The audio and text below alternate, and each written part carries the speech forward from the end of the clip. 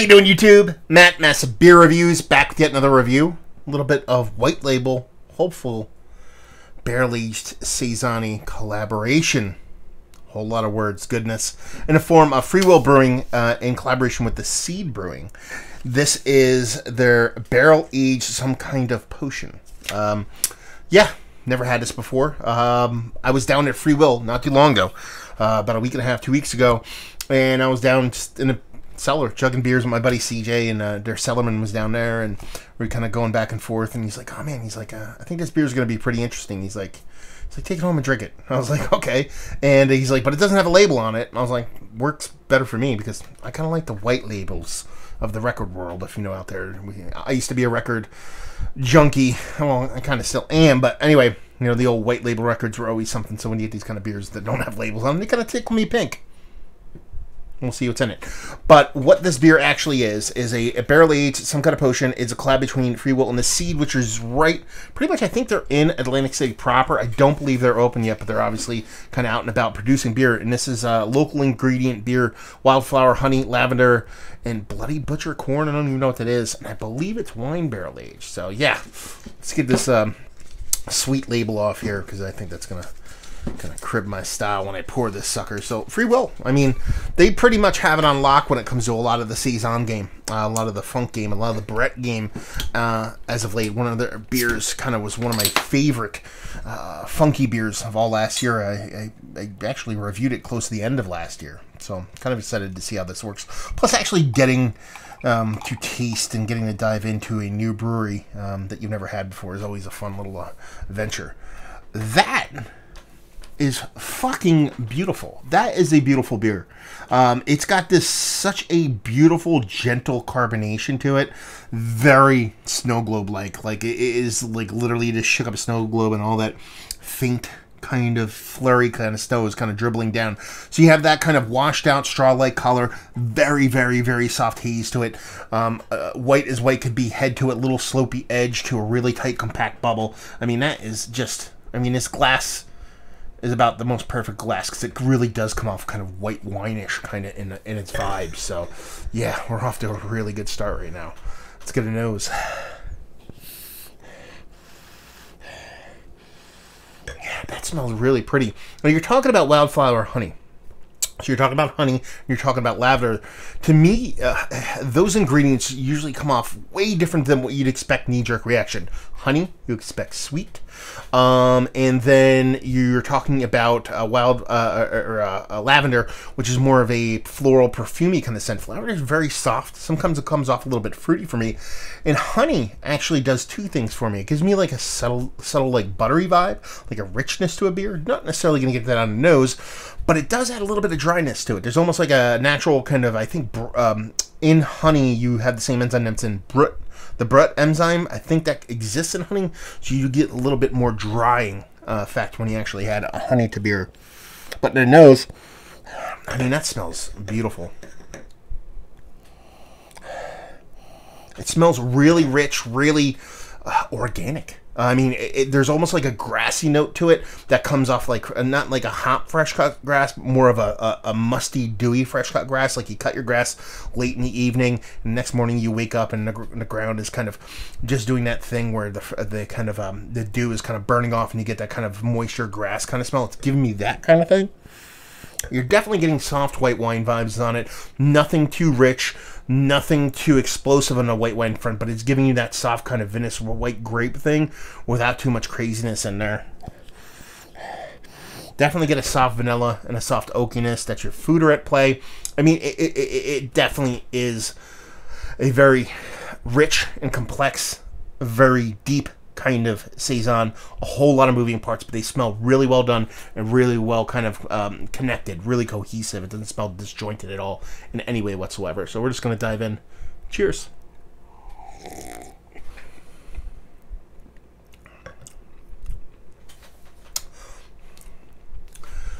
That's really fucking good.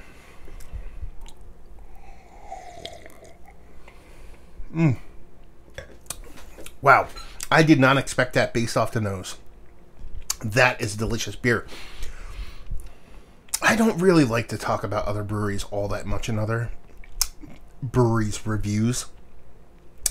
But this has that tart, slightly acidic thing that I get from a ton of Hill Farmstead stuff. That's this kind of taste that it's giving you. The nose kind of sets you up for that tannic, kind of oak-laden, soft, funky kind of Saison. But when you actually get into it, you get this really bright, slightly acidic funkiness that has this kind of lemonade characteristic to it. Very soft, kind of lemonade vibes. That tart character. If you've had those kind of, I'm not talking your super barrel-aged Hill Farmsteads. I'm talking your base ones, your $10, $12, $7.50 kind of base Saison, wild, funky beers, farmhouse beers. It's giving you that kind of, that acidic tartness to it that just brightens the beer up in every corner. Sure, you're still getting that oak in there. You're getting that honey in there. It comes off, again, a little bit more dry, maybe adding a little bit of body to the beer. Soft floral character from that lavender, and, the corn, I couldn't tell you about it. I mean, oddly enough, I just said that, there is this kind of slightly and I say this in a positive way, I'm not trying to demean it in any way, slightly kind of adjunct lager kind of portion to the grain bill. It's not a negative note. Please don't take that in the wrong way. So you're getting all that. And I think the way this yeast culture kind of props up the whole beer is perfect. To be perfectly honest with you, just the way it works with all those components that are working together, making really cohesive beer. I could see this having something quite a bit different, yeast base, funk base to it, to where it comes off really peppery and more of kind of Saison, more traditional Saison, like that doesn't get in that kind of slightly acidic kind of lemon, slightly lemonade-y kind of thing, and be nice. But since it does have that pop of tartness, since it has that subtle acidity to it, and it gives you those lemon vibes for days, it just makes it an entirely different beer than what I really expected based off the nose. And kind of what I had down there at Free Will, which was quite nice, but I didn't have anything of this level of acidity, especially from their kind of fooder, kind of barrel-aged kind of Saison program. This is really fun stuff. This is a really, really well done beer. Oh yeah, I could drink that all day long. Soft lemonade vibes for days. Touch of vanilla, and get that wine acidity to it too. Slight white wine grapiness. Again, a little bit extra body, a little bit of soft dryness, both from the oak and from that honey. Those soft lavender vibes. I dig it. This is a world-class beer. And damn, do I want more. So let's talk about it. Is it one of the better wine barrel-aged Saison? Barrel-aged Saison? Barrel-aged farmhouse beer? Can we go there? Is that where we want to go? Yes, absolutely. I could see this making one of my end of the year lists again. It's just that freaking good, and it's attainable. Why? Because I'm pretty sure it comes out this weekend. If not this weekend, then next weekend.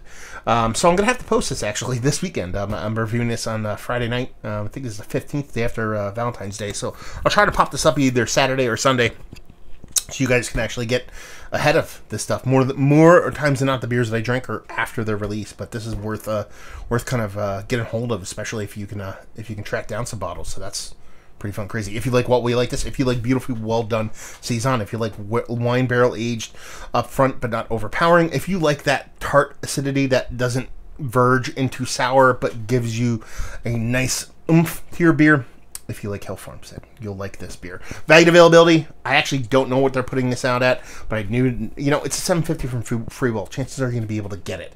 And leave you with, if you like what, will you like this? I already said all that. Hill Farmstead. Yeah. All that fun stuff. So there you go. Another review in the books.